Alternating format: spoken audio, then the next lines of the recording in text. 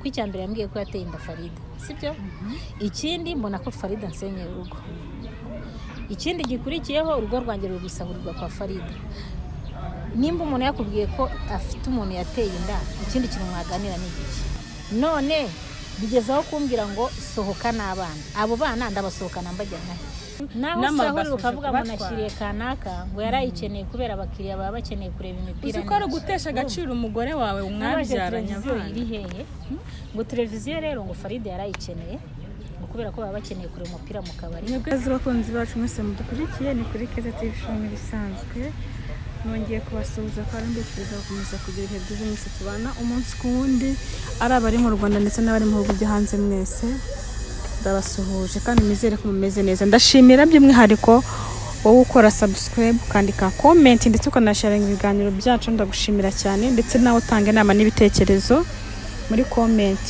nawe ndagushimira cyane nizere ko rero ibiganiro byacu n'ukuri mutanga inama ndetse n'ubufasha bugiye butandukanye ku bantu bagiye batandukanye tuba twaganiriye nabo rero Imana igisubiza aho mwakuye uyu munsi ndi kumwe na mama Uwase ni wa mubyeyi wagize ibibazo by'umugabo batwaye ni birebire ngira ngo mwamwibutse uyu munsi rero yifuje ko tuganira kubw'ikibazo gikomeje kuba kirekire giturutse no kuri Farida reka muvuge kubijyanye nawe n'umugabo we narinzi ko nge byakemutse kiragiye ariko byanganirije mo gake ambwira ko bigikomeje kandi ko biri kurushaho kuba bibi ko yifuza ko tuganira kugira ngo abashe kurenganurwa bibaturutseho mu nama zanyu cyangwa se no mu bundi bushobozi bushoboka kugira ngo arenganurwe reka mbanze mwakire tuguhaye ikaze mu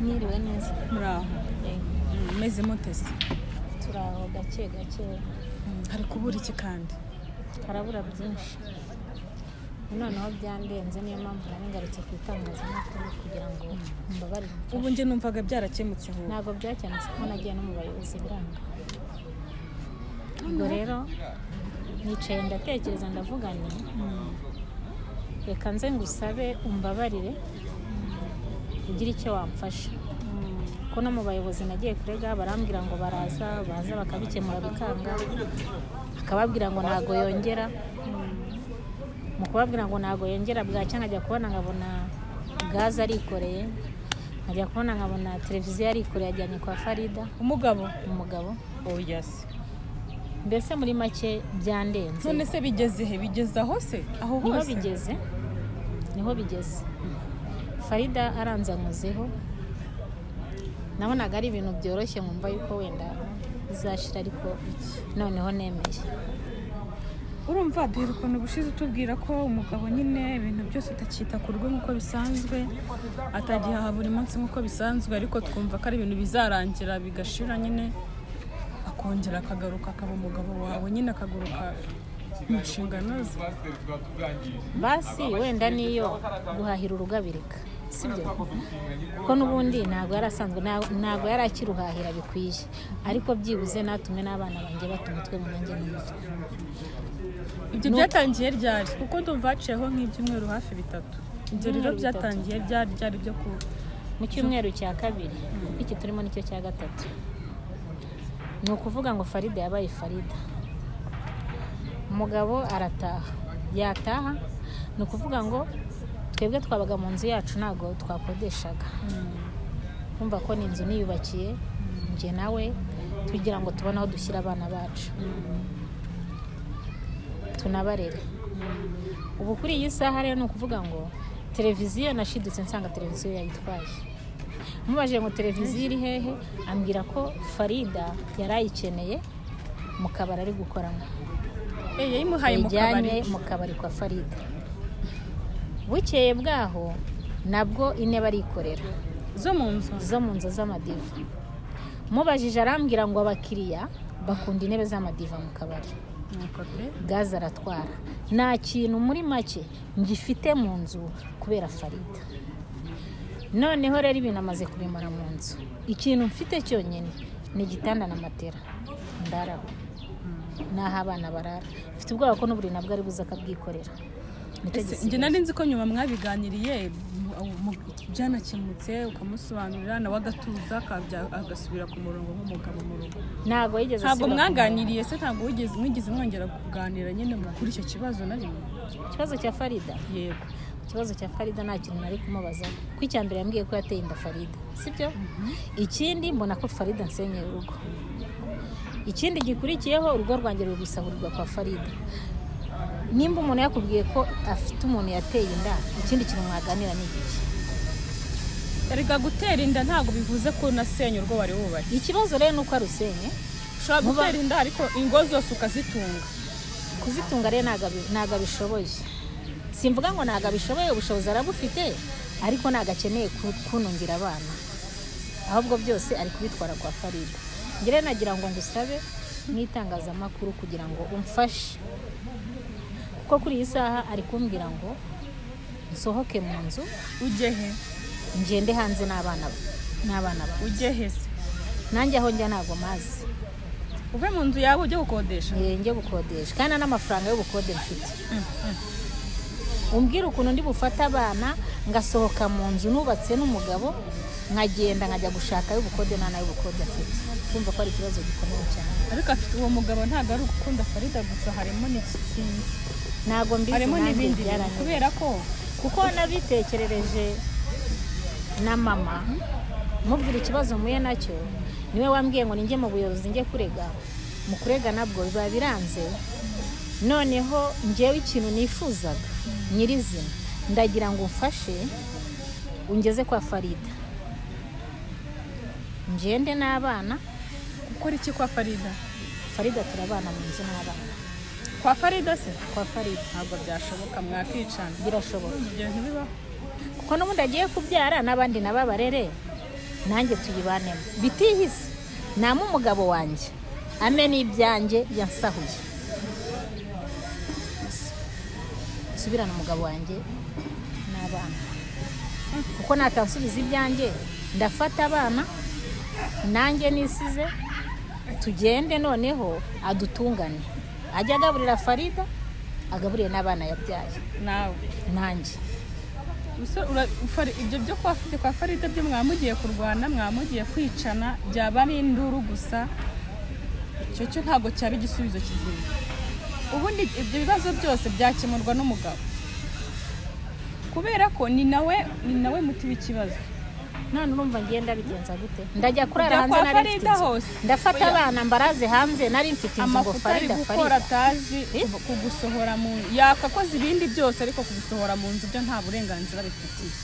Nicyo kibazo rero nanjye. Uri mu nzu yawe. Niyo mpamvu mwitabaje kugira ngo ugire ikintu mfashe. Kuko ngiye ndumva byandenze. Kuko nta kuntu wambwira ngo ndasohora abana mu nzu. Ibintu byo yarabisohoye. Sibyo? Ibintu arabitwara amenya ko yabitwaye. Nanamubaza akambwira aho yabijyanye kuko ibyo nabanga ririmo.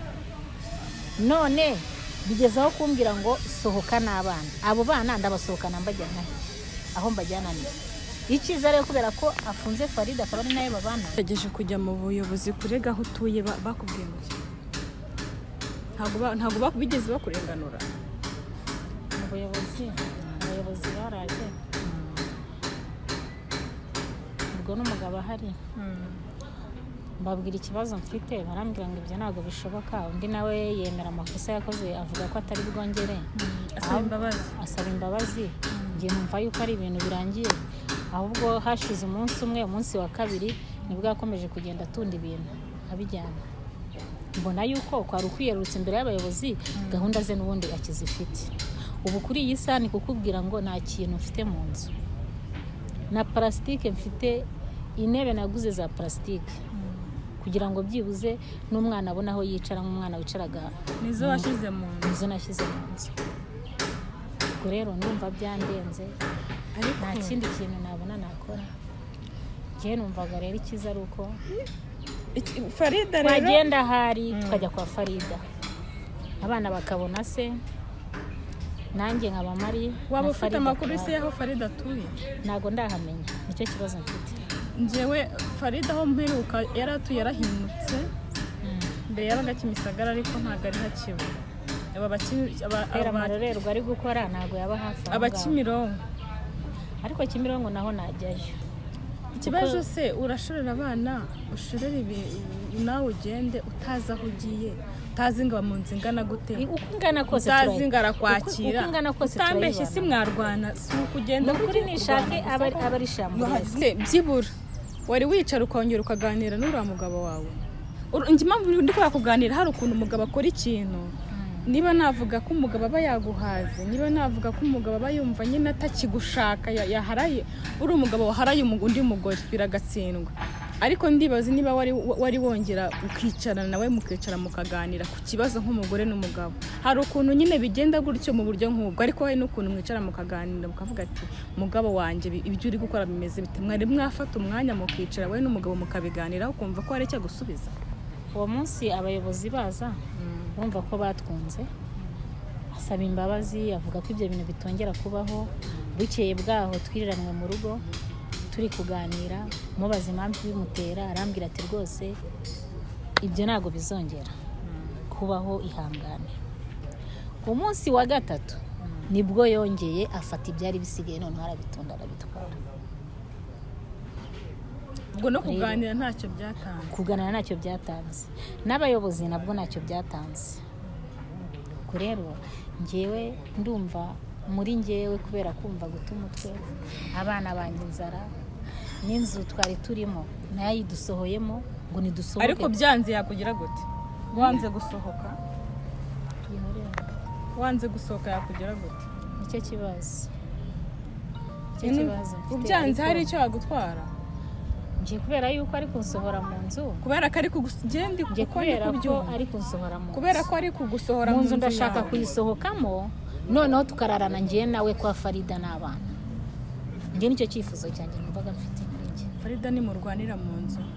Ntago tuzarwana. Utambeshye uri kubona Farida ari umuntu wakicara akakira ukuri kuko nyine yaje kubana na mukeba we. Uretse na Farida biragoye ko abakiba babana mu nzu. Ikintu cyabaho mwaba mugiye kurwana nukuri. Kera numvaga nashyira agapira hasi nkabana na Farida. Ikibazo we yabyemera akadutunga twese ariko nese ubu ngenda igihe cyangwa abana banjye barayijya, ngira inzara y'abana agire no kunsohora mu nzu, ibyo bintu numva bishoboka.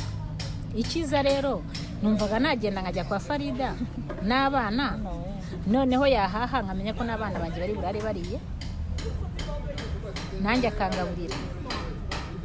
Kandi icyo gihe nanone sibyo ubwo azaraza Farida nanjye ndazi mu nzu ya Farida cyane uko bimeze. Ntabwo byakunda ni ukuri. Wambabariye se ukamfasha ko ngusabye waje kumpa nimero z'umutware wawe kwa Farida. Waje kumpa nimero z'umutware wawe ngewe nkazamuvugisha ko nabigusabye ubushize. Nta kibazo. Ko bigeze ikibazo kuko none aho bigeze birandenze. Iyo aba ari ngiye nyine atanyicira abana abicisha inzara hejuru ya Farida, noneho ngo afate ibyanjye akabisora akabijyana kwa Farida. Ibaze kuba wubatse urugo ugashakisha ibintu, urugo ukabona nta kibazo rufite, umugabo arangiza agatunda ajyana kundangamirwa. Urugo rwawe nyine rukaba rurarangiye, birarangiye nyine ukaba rurasenyutse gutyo gusa tu. Hari abantu rero babayeho muri buriya buzima bakabaho nyine batunzwe n'ibyo ngibyo byo bibatunze. Ariko Farida ngira ngo tuganira ubushize yavuze ko yatubwiye ko nyine nta gahunda ndende afitanye n'umugabo wawe, ariko bivuganaga kwishongora ubona ko binashoboka. Yarazi ibyo akora. Yego. Yabivugaga azi ibyo akora. Ubona ko binashoboka ko nyine n'ikishoboka cyose ashoboye yagikora. Gusa nge numvaga atari ibintu bikomeye ku buryo byageza ku rwego rwo kusohora mu nzu cyangwa se rwo gutwara ibikoresho byo mu nzu. Buriya umugabo ashobora kugenda ariko urugo rwe ntago arusahura. Nge nicyo kibazo nagize rero. Umugabo watangiye gusahura nabisahure se andekera abana bagume mu nzu yabo, areke kumbwira ngo nisohokane n'abana mu nzu, kandi inzu nzi n'imvune umuntu yavunitse kugira ngo none se arayigusoramo kugira ngo Farida ayishyire muri Farida. niyo mpamvu nanjye numva kubera ko ari kuyisohoramo numvaga nagenda nkasanga Farida ahari ubwo nayimuzanamo tuzayibanamo n'abana nta kibazo nanjye ndi kugira ngo ndebe icyo ayishakira inzu. hari n'ibibazo biba umuntu akabura n'icyo avuga n'icyo abikoraho ni ukuri. Njye nanjye byarandenze. Hano mudukurikiye ni ukuri mujye muri comment umuntu wese uri kumva kino kiganiro. Kuko nimba hari ikintu kindenze icyo kumbwira ngo uransahuye ibyo ngibyo kwihangana wenda wakwihangana wanazashaka ibintu sibyo noneho atinyuka asohora abana be mu nzu nanjye ngo ndusohoke tugende tudafite niyo tujya urumva ibyo bintu we wabyihanganira kuko rero mpamvu ndi kugusaba ngo mbabarira umfashe ungeze kwa Farida haba kuko n'umugabo wanjye ni hasigaye arara ngo iyo taje wawe abari kwa Farida niyo mpamvu ushaka kugira amara nk'igihe kingana icyo taratasi ashobora kugenda uyu munsi akarara akazagaruka ejo nimugoroba nimba yagiye mu gitondo agiye mu kazi ubwo wenda mbere bwo yazaga saa 9 navuga ni wenda yarakiri mu kabari ubwo sigaye arara bugacya akaza undi munsi kandi ntibamubaza ngo waruri ntabwo babaza umuntu w'umugabo ngo waruri kandi byongeyeho naha abari ubuzi kuhaza izo ngeso umugabo wawe nibwo azigize mbere ntazo yakiraga nibwo ahindutse aho yakambire n'abana ngo basohoke mu nzu dusohokane mu nzu ubundi bajye baca umugani bakavuga bati burya umugore waguciye inyuma aragenda ntanahindukira agenda agiye bakongera bati umugabo waguciye inyuma burya aragenda ariko mu mutwe we asigarana akantu k'urugo rwe ntago agenda wese yibuka ko afite urugo none wowe n'urugo yarusahuye akurugo nako urumva noneho ngeze naho akumbwira ngo sohoka mu nzu kuko arambwira ngo inzara yikeneye icyo yikeneye sinyizi mwarasezeranye twarasezeranye nimba mwarasezeranye ibintu ni ibyanyu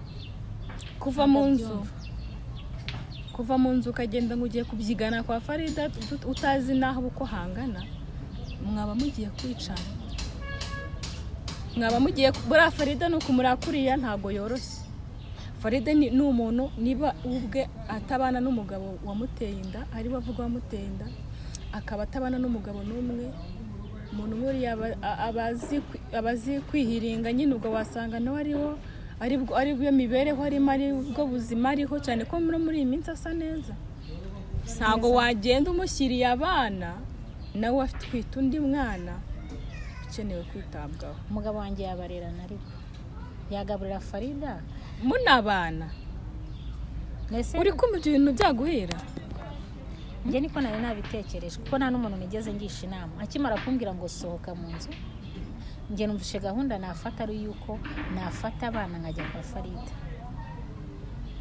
yahahira Farida agahahira n'ababana noneho nkareba ikinzu nawe ayikoresha nimba ari ukuzanamo Farida ubwo turayigaruka nimba ashaka kuyigurisha nicyo kibazo naramenya icyo ntabwo ndakimenya ntabwo ndamenya ngo ashobora no kuba ashaka kuyigurisha buriya umugabo winjiye sinabyita kwinjira uri umugabo wataye umugore akajya ku wundi abasigaye akontororwa n'umugore ndasaba ubutabazi ngo munabare abasigaye agenzurwa n'umugore buriya mugore abashobora kumubwira ati ikora iki iriya nzu yigurisha uriya mugore atazayigarukamo iriya nzu ikora iki buriya hanini ibintu byose umugabo akora ababibwirwa n'umugore bari kumwe uramutse uyisohotsemo bwo akayigurisha ko waba uhombye kurushaho wa mugani nabyo mbitekereje ako kantu uvuze urakoze ahubwo icyo ugomba kurwana ni ukurwana urwanira ibyawe kuko nuyisohokamo ngo ugiye kubyigana na Farida urayisohokamo yinjizamo undi cyangwa no kumubwira ngo bayigurishe kubera ko Farida n'ubundi yamenyereye byinshi yishakira kwirira amafaranga cyangwa se bakagurisha bakagura ahandi cyangwa se nubwo cyangwa batanayigurisha wayisohokamo Farida akayinjira ukazagaruka uti mu nsohokere mu nzu warayisohoyemo icyo urwana nacyo cyose urwana uri mu nzu udasohoka niba byasaba kujya ku kagari niba ari umurenge wa hehe niba ari ukwandika ibaruwa urwane nabyo icyo akora Farida ntago yoroshye, ntago yoroshye kandi imyaka ufite n'ukuntu ungana kutayisohokamo ko urakoze cyane uyisohokamo keretse nabwo aba aje mpamvu nari mwitabaje ariko ngira inama nziza nabwo aramusaje uza kuko ntazagusohora gukubita ntazasohora abana bakubita ngo musohoke mu nzu wanavuze n'injyasa yuko igituta akambwira ati bite ko nkubwira ngo sohoka mu nzu ukaba utazinga ibintu bimeze abaze se uransohora mu nzu ndajya hehe abana ndabashyiraho urabona ndi bushyire hehe abana akambwira ati wajya kureba niyo ujya n'abana bawe menya batakiri ariko ntago bakirabe kuko asigaye abita banjye we n'uwo Farida afite mu nda n'umukobwa wa Farida naho abanjye bo ntago bakira abana ubwo rero numvishe bindenze ndavuga ni reka nze mubwire ikibazo mfite uzi ikintu tugiye gukora urama nimero z'umutware wawe nzamuvugisha nk'ejo mubwire tuganire niyemera ko duhura kuri kamera ndatekereza nawe niba ari umuntu mukuru namenya ko ibintu byageze mu itangazamakuru azumva ko bikomeye niba ibyo yasahuraga bisahura nta kibazo ariko ibyo kuvuga ngo aragusohora mu nzu byo abyibagirwa nkaba mungiriye neza cyane buriya itangazamakuru ni ikintu gikomeye kuko ndarushye biteye ubwoba ntabwo ugiye kuruha ushaje ubu urajya gusabiriza mu muhanda ungana utyo nanjye nicyo kibazo mfite ukuntu nzagenda ngatega amaboko mu muhanda ngo mufungurire wari ufite icyo urya wari noneho nari mfite urugo nari mfite iki ibintu byose akaba binyuze nta gasuzuguro kabi abagabo turabubaha ariko ni ukuri namwe murakabye iyo ibintu bigeze hano biba byakabije byarengeje n'urugero ushobora guca umugore wawe inyuma nta kibazo bivugwa ko ngo abagabo mwaremanywe irari kandi koko ibyo nta n'ubyanze ushobora kubikora kuko ni uburenganzira yarankabirije yarakabije waravuga ngo yarankabirije ntabwo ari ibya none aha yarankabirije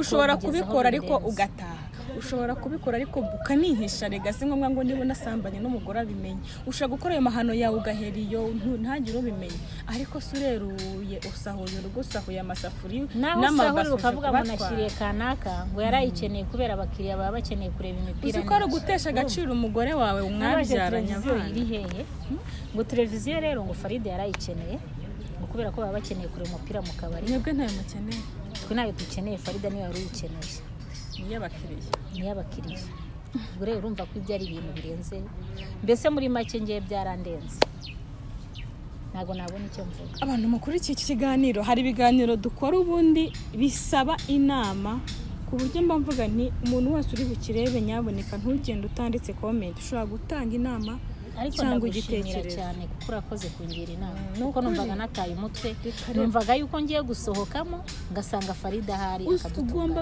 gusambira iwawe ariko inama ngiriye urakoze nukuri mama ugomba gusambira iwawe ugomba gutakira iwawe mu nzu ntusohoke muyane gusohora ugataka ukavuza induru abatura nta burenganzira mu bintu byose yagukorera nta burenganzira afite bwo kugukura mu nzu yanyu mubamo ni wica iyo nzara yakwica ubwo buzima wawe inzara yatwiciragamo ko n'ubundi nagagihaha urumva nagagihaha nimba nayaguhaye arayaguha ni ukuvuga ngo nimba yaguhaye nica n'ikizi kugira ngo ahari wenda abana batanogoka ariko noneho bigeze ngeze aho numva ngomba gushyira induru ku muntu kuko birandenze buriya ntawe utakababaye nyine urababaye kubabana ndababaye cyane ariko kubera ko njyewe urampa nimero mbigenze gutyo uko biri kose namenya ko byageze mu itangazamakuru aramenya ko byakomeye ababona nyine ucecetse ibyo gukora byose ubyihanganira akavuga ati uyu se yantwara iki kibazo ni iki ariko buriya iyo ikibazo cyageze mu itangazamakuru azumva ko biri seriya yongera ashyira ubwenge ku gihe agumane na Farida we ariko aguha amahoro niba ari n'uburozi bamuhaye buruke n'abashaje hano hanze ibintu bireze ni ukuri kose sinkubeshye kugira ngo aburuke asubire uko yari ameze biri kure cyane reka ntagahinda afite nakuko usigaye mu nzu y'ikirangarizwa ihangane ubwo tubimenye uko biri kose nzi neza ko hari n'ibinanga kandi tuzitabaza izindi nzego. nabwo mwaba mukoze. Buriya nta muntu ugomba kurengana kandi dufite ubutabera. Tugana ku musozo ugira ikintu umubwira umugabo wawe ahaje. ikintu namubwira ni icy'uko amemukira cyane kandi nisize agahemukira n'abana yabyaye. Namusabaga kwisubiraho nk'umuntu w'umugabo akagira icyo akorera abana yabyaye. Reka ngushimire cyane ndetse nanakukomeza kukwihanganisha mu bibazo uri gucamo, ariko bizagira iherezo. Mu buzima tubamo buba busharira, ariko uko biri kose hazagira igikemuka. Reka dusoreze hano, tubasaba mu kiganiro cy'ubutwari.